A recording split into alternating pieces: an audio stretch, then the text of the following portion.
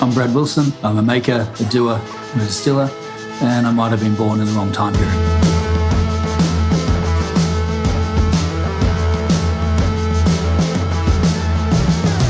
I saw an article about a guy who started a distillery in New York. His name was Brad. I figured my name's Brad, maybe I can start a distillery too.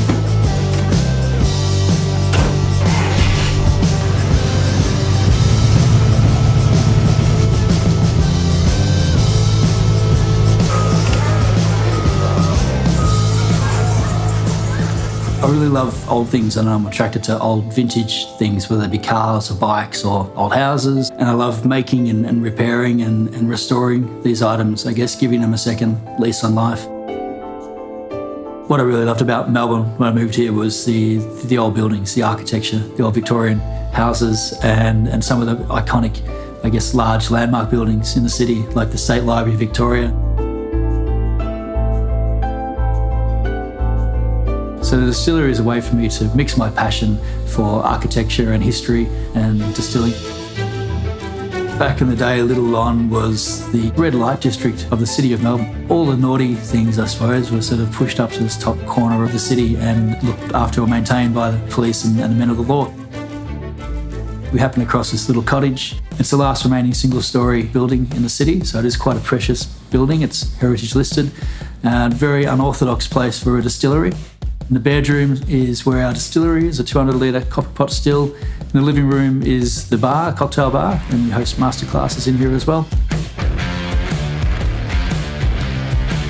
I guess people come here for a gin with a side of history, or come for the history with a side of gin.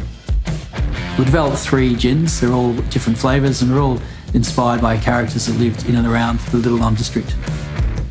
So Ginger Mick was a redhead, a mischief maker, a larrikin, who was a fictional character, but he lived in Little Lon in a C.J. Dennis novel. And so in his honour, we've used ruby grapefruit and oranges and tangelos, so a lot of orange citrus, and fresh ginger. We've also got Proudfoot Gin, which is our take on a London dry gin. Big robust man, so big robust flavours. And we've also got a flavour called Little Miss Yoko, named after Yokohama, who was the madam of this house, and in her honour we've used fresh lychees. We're a small batch boutique distillery. We only make 150, 200 bottles at a time. So we're in a few places that are just a stone's throw from here. Places like Her Majesty's Theatre, Rice Paper Scissors, and the Novotel Hotel down in Little Lonsdale Street.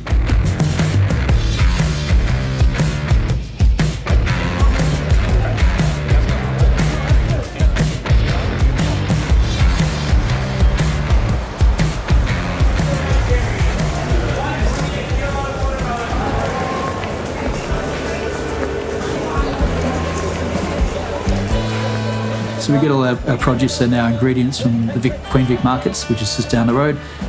Such a vibrant place, always full of people. And I just find we get fresher produce than perhaps supermarkets. Melbourne's a really vibrant city. So there seems to be a whole lot of energy of creativity and people trying to create new opportunities and really let their creativity shine. There's nooks and crannies that people really hunt down, I suppose, to get an experience that you can't perhaps get anywhere else. It's not a manufactured experience. When you're surrounded by history like this, it's impossible not to be inspired. The stories are full of rascals and rebels, and that's why I love Melbourne, because that's what Melbourne is today.